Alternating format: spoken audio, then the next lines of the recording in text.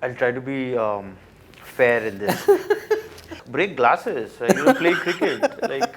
That's what you're supposed to be doing, right? It's not just about buying a solution, buying something, Right. but what is the greater purpose?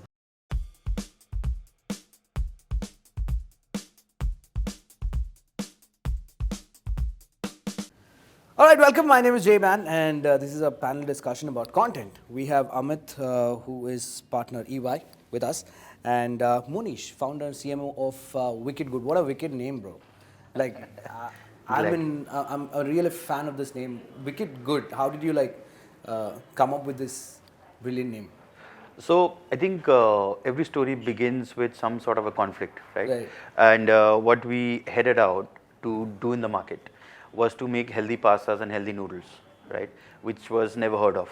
Like how? No one would definitely hear Yeah, something like that. it's a nightmare, right? Right. How can indulgent food be healthy for you, Right. So it was like two absolute worlds which never meet. Right, so it's the wicked world and the good world, right? So we thought, why don't we get it together, right? Yeah. Wicked taste, because that's more cohort relevant, because wicked is also pinnacle of coolness and so on and so forth. Right. And good ingredients. No, we have no German connect. Those are not umlauts, okay? Creative liberties, after every good meal, you have a lovely smile. Right. So we thought we'll personify that smile onto the good. Right. So that's the story of us. So it's actually wicked good. Good. Wicked taste, good ingredients. Wow. So that's the So, story. Amit, I really want to know this. Everyone consumes a lot of content. All right. So, what difference in content strategy for in terms of your business is there for B2B and B2C business? What is the difference that you? Right. Yeah. So we at EY generally are looking at a B2B side of things, Right. right? Which is where we are connecting with clients, but there are a huge number of new services which are coming out.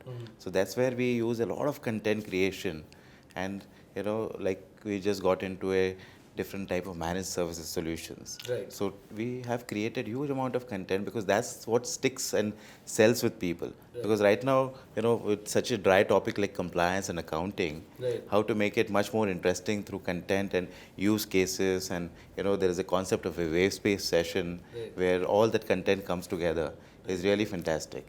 Wow. Did you guys catch this ad about? I think it was an ad of a husband-wife.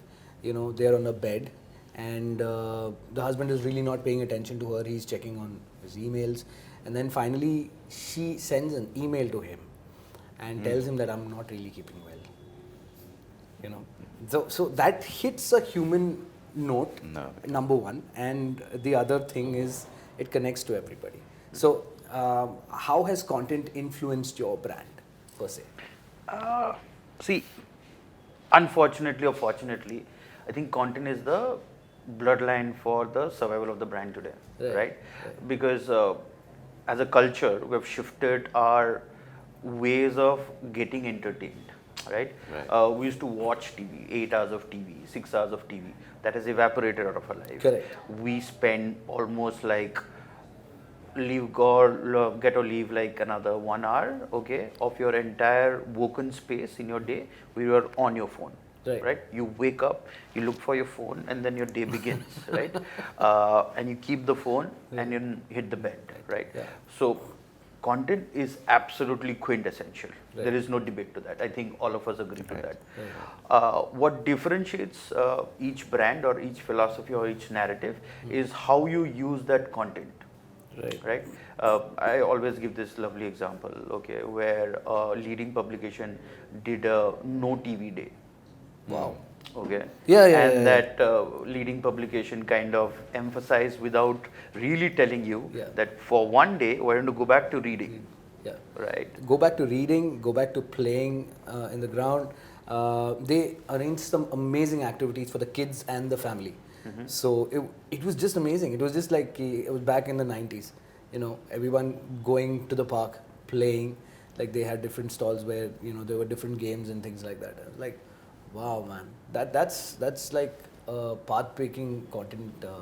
Absolutely. Creation. Like today, if you tell me that do one thing where you don't have to think about ROI, I will say everyone who consumes Wicked Good or everyone who is looking at me, do not consume me for 48 hours. enjoy life, right? Do things which are supposed to be. Because content, wicked. be just wicked, Just right? be Do wicked. whatever, break glasses, right? Play cricket. Like, that's what you're supposed to be doing, right? And evolution never created us to be in rooms looking at something which is artificially created and feel entertained, Right. right? Now we're going back to playing with mud and soil, and Yeah. everybody's And talking people about have how become evolved. How Yeah, it's, yeah. how it's getting much more. So this is a very classic example. I had gone to host something at one, I think Jadavgarh, in it's close to Pune. Okay. So basically, you pay to go and do the same things which you used to do when you were a kid, like go and play in the mud. And that's a family bonding session. You can take take a cow for a stroll, yeah, and then you can do pottery, and all these things which are still available, but we really didn't think, okay, someone's really making money out of it.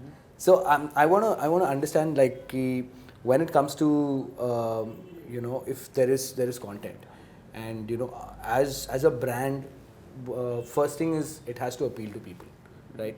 And the other next part will be making money out of it. So how does that interconnect in a way where it's you're happy, the people who consume your product, they are also happy. How is that interconnected? Uh, See, at Wicked Good, we have this little framework, right, which is called the 3E framework. Right. So I think content should be first and foremost exciting. Correct. There's no doubt to that. You have to be exciting, or else nobody is going to do anything. Only excitement is of no value. So they have to educate, right? If you don't educate, then whatever things you are doing, it will be just like another influencer video using some music, some movement, and that's about it. And third is where engagement comes in very, very strongly.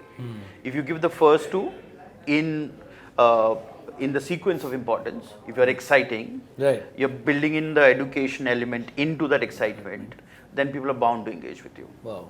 Yeah. Right. So that's a simple framework that we keep, that whenever we see an idea, is it exciting enough? Are you teaching something? We'll leave it at that. Wow. Yeah. And for us, we see, you have to demonstrate that there is a lot of purpose in what you are doing, creating. Right. So that becomes a great sticking point. Correct. Right? It's not just about buying a solution, buying something, Right. but what is the greater purpose Right. that you are achieving? So that really engages people. So is this the right way to put it? Like, when B2B business, when they use content to build their brand in that space, so they look into a lot of other factors. Just it's only not making money. Yes, obviously. Okay. Right? Like we speak about our, carbon footprint. Right. Is so aggressively. Right. Our tagline is build a better working world. Yeah. So it's not just that, we are just saying that this is the solution, this is what you buy from us. Right. But what is it going to help you? What is the larger purpose? Like with ESG and all, what can you achieve? Right. So that becomes a great selling point. And what is the solution? That becomes a part of the journey. Correct. But the ultimate destination, people's, clients' testimonials, people's testimonials, that really becomes important as we go along. Yeah, like you pointed out on client testimonials, it used to be like this thing where, I think when someone is really forced to say something, now it's completely different. Now it's completely It's different. absolutely different. It's exactly the person saying it the way they're supposed to say it. उनके सामने कोई script नहीं है. There's no script for it. If that person likes it, it's like, yeah. And then people have started also understanding that, okay, I think this is rigged, or there is this perception which has been built over a period of time. What do you think about that? Yeah, I think today the whole dynamics have changed, right? Like, the pyramid, the conventional pyramid of like awareness, consideration, opinion, blah, blah, blah, advocacy is flipped over, right? Today people, like I get introduced to a lot of brands directly through a celebrity or directly through an influencer, right? You open your, Insta feed and then you see something, and that's your first entry point into that brand.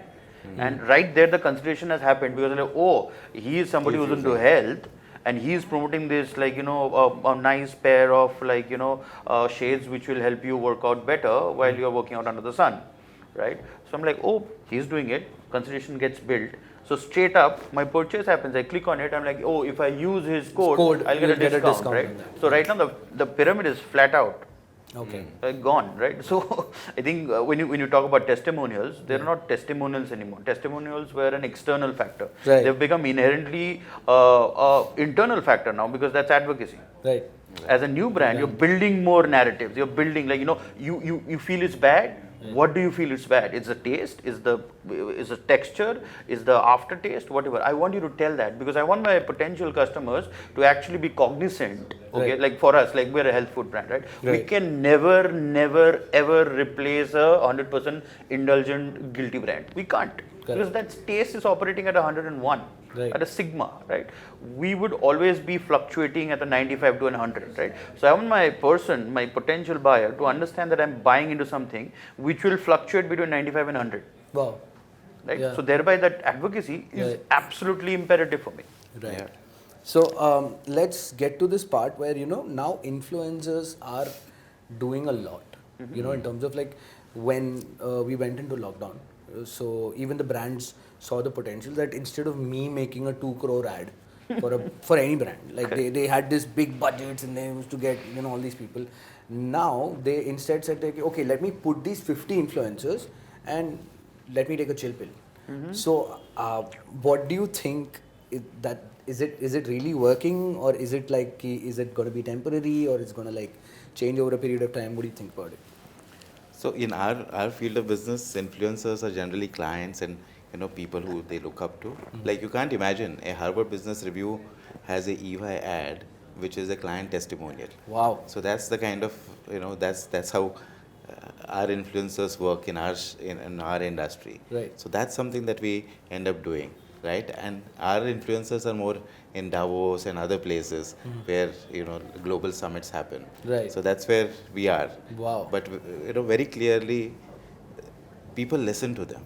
Correct. How somebody has solved a business problem or somebody has created value for himself. Right. And it's not just about a corporate brand, but a lot of times people are thinking about their own personal brand. Right. Right? So that also becomes very important. And how do you make somebody succeed? Wow. That becomes very important. So you must definitely, you will be going through a lot of case studies to, Oh, yeah. so any one which you would like to like. So we have, like I was speaking about Wave Space. Yeah. Wave Space is a session where somebody comes into a place like this, right? And he experiences a product. Right. But we made a wave case out of it, which is a case study where somebody sees what happens in the product and then, in the solution, and then hears about 5-6 client testimonials, Right.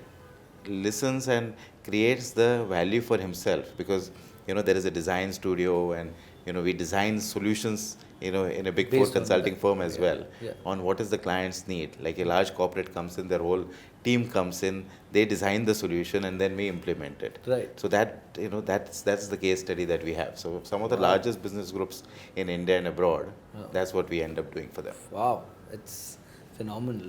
Well, coming back to the whole influencer part, what do you think that it is going to be there, or it is just going to be like, yeah, it'll be there, it'll just simmer down, or what do you think about it? I'll try to be fair in this because it's a very tricky terrain, right? Yeah. As a brand, and the name itself, influencers, right? They will never cease to exist. We've always had, like, if you want to, and going back, like I would answer this in a little different way. Like, if you go to evolution, right? You always knew that if you have to hunt down a bigger animal, you have to join hands and then you have to do it together. Right. Right? Or else you can't get that big animal down. Right? Evolution progressed. Okay. So today as a brand, I do need crutches. Right? Absolutely. To connect. Giving our example, we're a D2C brand, we're a startup, we don't have mass budgets, we can't go on TV, we can go on print, we can't do huge celebrity endorsements and things like that. Right? But that doesn't reduce my challenge. Right. Right? If I want to become part of the mainstream narrative, okay, I have to reach households, okay, because then I'm selling something which is catering to 6 to 96. Everybody who is physically capable would want to eat healthy food, which doesn't come with any baggage, right? So, for me, influencers are very important, but I don't think the way it is getting done right now, it's long term. Right. regulation setting in, commissions in terms of how.